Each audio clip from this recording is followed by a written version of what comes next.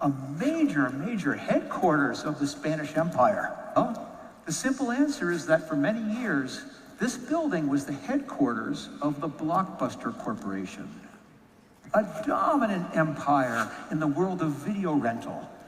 10%. Blockbuster had 60%. And more importantly, a meeting took place in this building in the year 2000 that profoundly changed the arc of my life as an entrepreneur, as well as the shape of this little company I was running at the time called Netflix.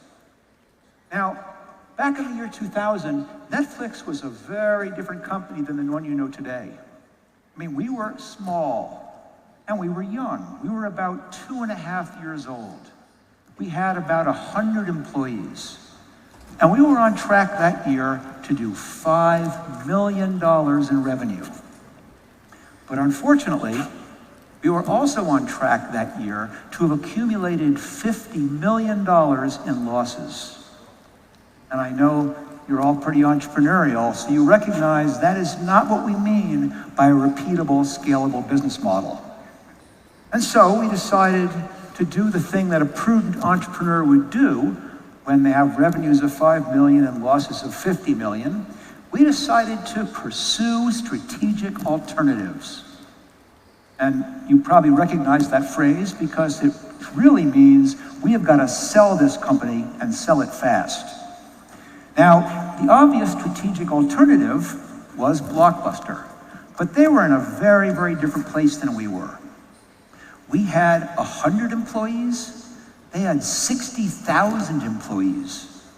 They had 9,000 stores. We were on track to do $5 million in revenue. They were on track to do $6 billion in revenue. So when we called to try and get a meeting, nothing. We used emails, we tried go-betweens. They ignored us completely. So we went about our business for about 2 months, and then, as luck would have it, they finally called. And they called when we were on a corporate retreat. And you know that when you're in Silicon Valley, you're pretty casual. And when you go on a retreat, you've got to figure out a way to be even more casual. So all I had with me was shorts and t-shirts and sandals. And that's when they called and said, we'd like to see you tomorrow morning in Dallas, Texas. And I remember we were in this little town in Southern California, and I remember turning to my co-founder, Reed Hastings, and saying, there's no way we can't get to Dallas, Texas by tomorrow. Which is why the next morning you found us chartering a corporate jet, which when you're $50 million in the hole is just a rounding error. So we fly to Dallas, go up to the 26th or 27th floor of this building, and they bring us into a conference room that feels like it was the size of this auditorium. There's some huge table in the middle made out of some endangered hardwood, I'm sure. And don't forget, I'm standing there in shorts and a t-shirt and sandals. And I remember I was jealous because Reed had on a Hawaiian shirt. I mean, he had buttons. And in come the Blockbuster people, and we make our pitch. That we'll combine forces, that they'll run the stores, we'll run the online business, and we'll build a blended model, which all of our research had said this is the killer app for video rental. And it was going pretty well. I mean, they were leaning in, they were asking good questions, but then they asked the big question, how much? I mean, what are we talking here? And of course, we anticipated that. We practiced on the plane, and we figured, well, we're $50 million in debt, so $50 million. Well, that's exactly the reaction that we got, which is this complete silence at the hubris that this little company at the depths of the dot-com crash could possibly be worth $50 million. And the meeting went downhill pretty quickly after that. And it was a long, quiet ride in the taxi back to the airport, and an even quieter ride in the plane back to California. And I remember that I was so depressed because I was so sure that if we could just get this meeting, that this combination was so perfect, that Blockbuster, of course, would save us. But now they weren't going to save us. They were going to compete with us. And we'd already tried everything we could. I knew there was no easy way out of this. Or, as my father used to tell me, he goes, Mark, sometimes the only way out is through. And so we did it. We laid off more than half the company. We cut back lines of business. We focused. We took cuts in our salaries. We did everything we had just to survive. And of course, we did make it. And eventually we were able to have an IPO. Eventually we passed Blockbuster in revenue. And now, Blockbuster, the company that used to have 60,000 employees and 9,000 stores, has one store left. And the company that Blockbuster could have bought for $50 million, well, when I checked yesterday, it has a market cap now of $500 billion.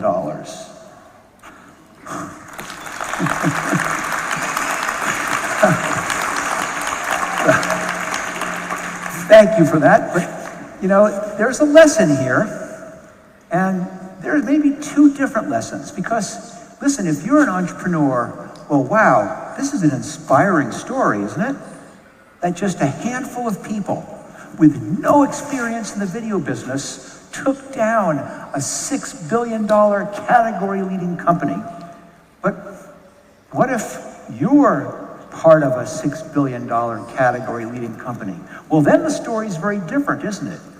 Because then it says, you never know who's coming after you.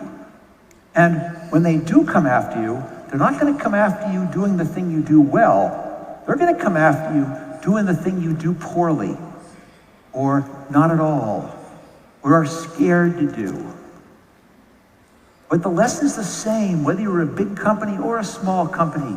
And it's simply this, that if you're unwilling to disrupt yourself, well, I guarantee there is somebody who's more than happy to disrupt your business for you. Now, Netflix was certainly a disruptive story, but Netflix is just one of 7 companies that I've had a hand in starting. And since leaving Netflix, I've had a chance to work with dozens, if not hundreds, of early-stage entrepreneurs mentoring their businesses. I've heard countless pitches in my role as an angel investor. I've consulted for big companies and small companies, and I've learned some simple truths about what it takes for the small companies to disrupt the big ones, and what it takes for the big ones to defend themselves against the small ones, and it's remarkably simple. And I believe it boils down to 2 things. First, and this won't surprise you, you've got to have that tolerance for risk. And I don't mean scary, dangerous risk like in the picture. I mean the simple risk-taking of starting down a path where you can't see around the corner, of doing something when you don't know in advance how it's going to turn out. But I've also learned you can't just try things blindly. You need some North Star, some guiding principle. You need to have an idea. But to dispel more myths, they do not need to be big ideas. My son was 8 years old when he started his first company, when he realized the candy bar that he could buy for 10 cents at the grocery store could be resold the next day at school for $1. Candy arbitrage. It does not need to be an original idea.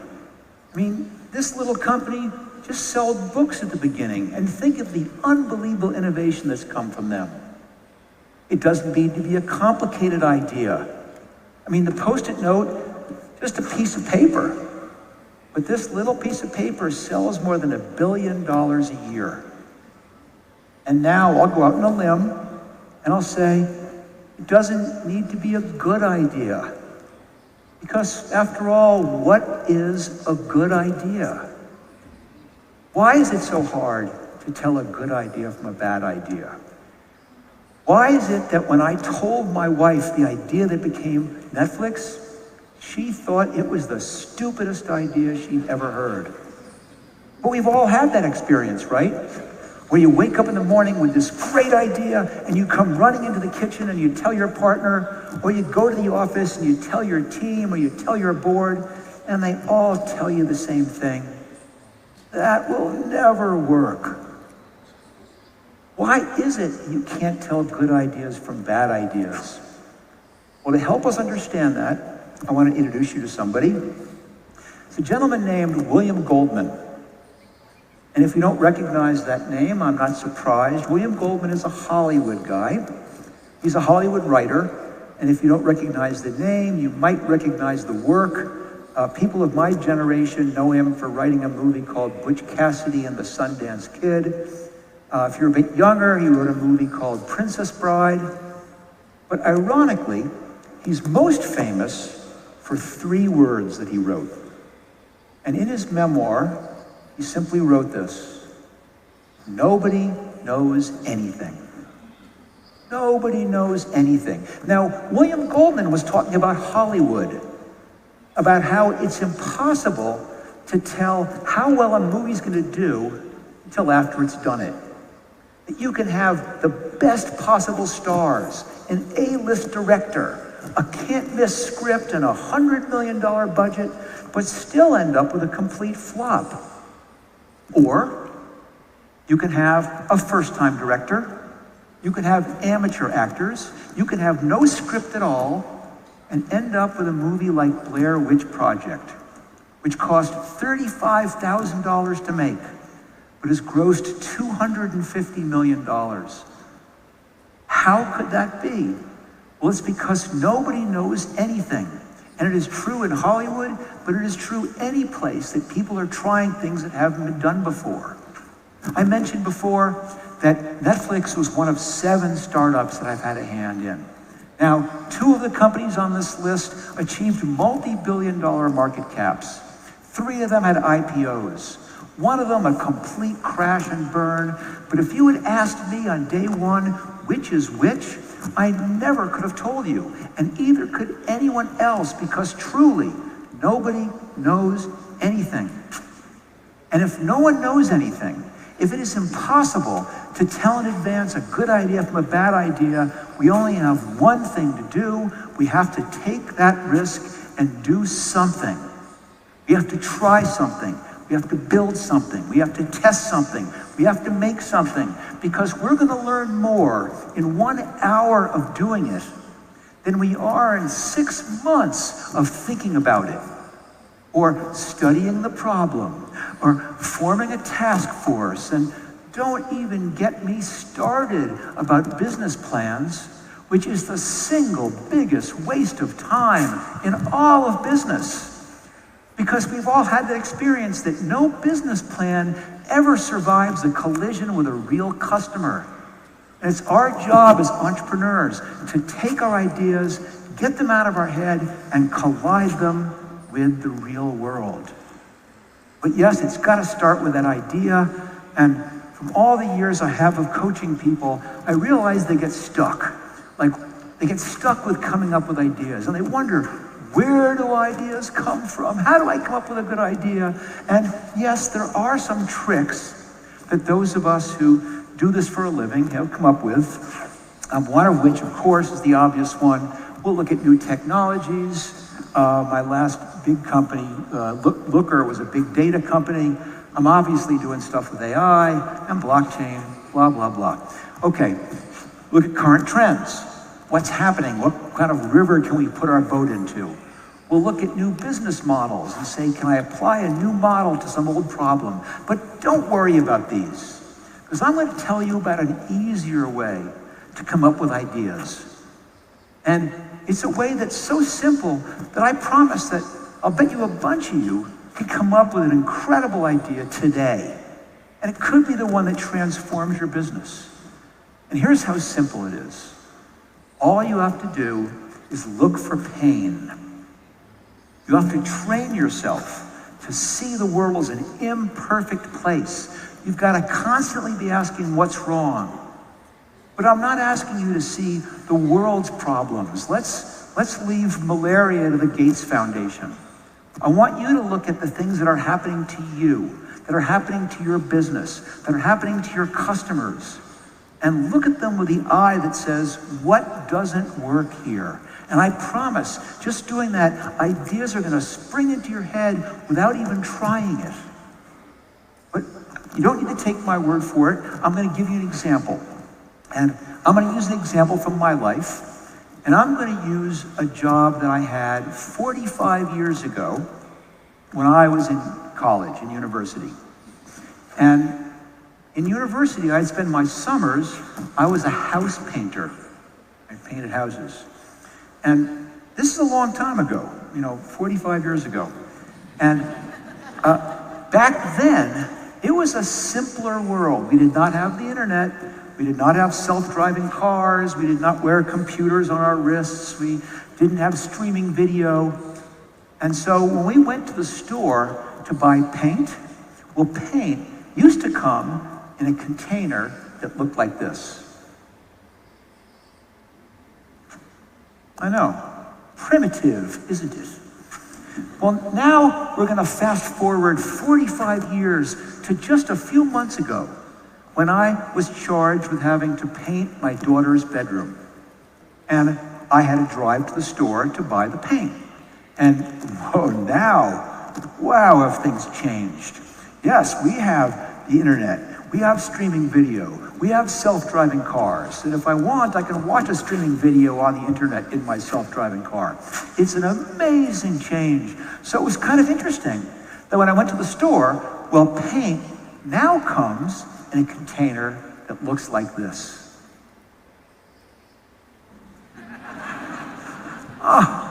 No change. 45 years. Now, is this because we've figured out this is the ultimate, best possible way to deliver paint? Well, I hope not. Because any one of us who've painted know just what a flawed product this is. I mean, to start, you've got to get this sucker open. And luckily, there's a very specialized tool for opening a can of paint. And it's called a screwdriver. Now, can you think of another product where you have to put it in your refrigerator, get out the milk, and open it with a screw?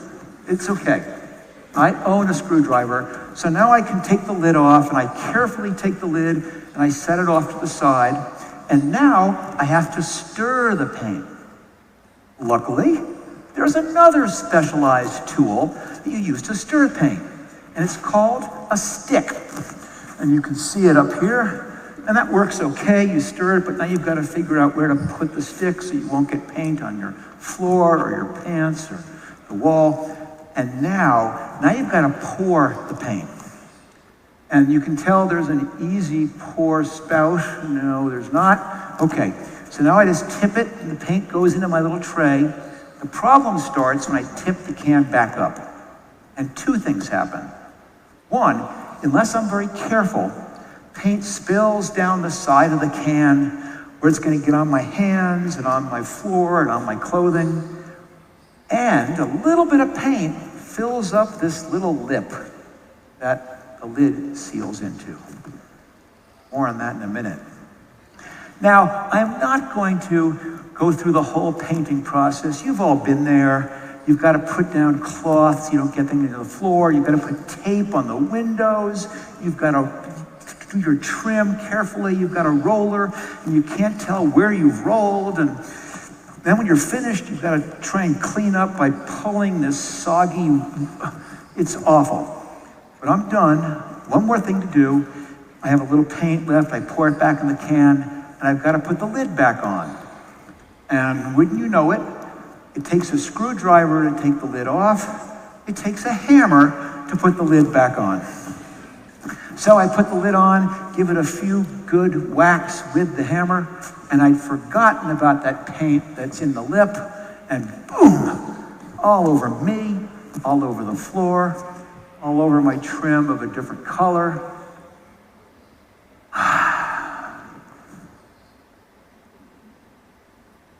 Now, as I told that story, I'm just kind of curious. Did anyone have ideas pop in their head? Maybe you said, Why don't we sell paint in the container that milk comes in with a screw top? Or even better, what laundry detergent where it sits on a counter with a little spigot? Or why isn't there an aftermarket lid with a spout on it? Or maybe a magnetic stirrer? Or maybe we could do this, maybe I can, why isn't there?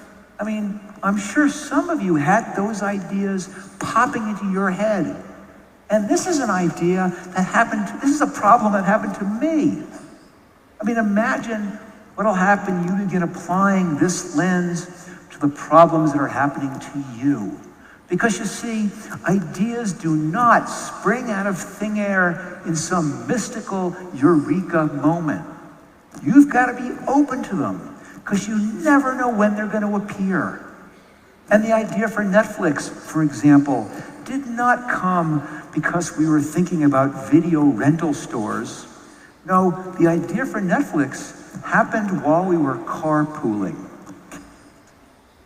Now, this story goes back more than 25 years when two friends and I had started a very small, very dorky software company. And we were doing great. We had about 9 employees, and then a wonderful thing happened. Our company got acquired by a much bigger software company. And it was great. Our investors made money, our stock options were worth something, and we all got jobs at this big software company. But for me, there was a bonus. It turns out that I was going to be working for the CEO and founder, a gentleman named Reed Hastings. It also turned out that Reed and I lived in the same town. So we began carpooling to work together. And we did this for about 6 months, and then lightning struck again. An even bigger company bought our big company. And again, great outcome. Investors made even more money, stock options worth even more. But the best thing that happened is that I got fired. But don't feel sorry for me. This is not walk of shame fired, where you're walking across the parking lot with a box with all your office stuff in it, and your coworkers are looking out the window at you. No, this is Silicon Valley golden handcuffs fired.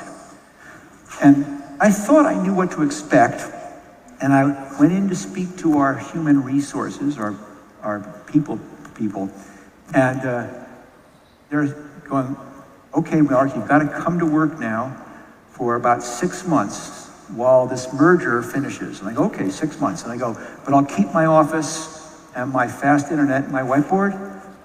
Yes, of course, nothing will change. And you're going to keep paying me. My options will keep vesting. Yes, nothing. And I said, but I don't need to do anything? And they said, no, we already have a VP of global marketing. Just be available. And I said, well, sign me up for that job. I'm going to use this 6 months to start my next company. Now, Reed, he was in a similar place. He was also losing his job. He didn't want to start another company, though. He wanted to go and become a philanthropist, and educate. He wanted to go back to school, get a higher degree in education, and change the world. But once you're an entrepreneur, you're always an entrepreneur. And he wanted to kind of have some involvement, so he came to an agreement. We'd come up with an idea together. I would start and run the company. He'd be my angel investor and my chair of the board, and we've got what we need. And here is how we look for the idea.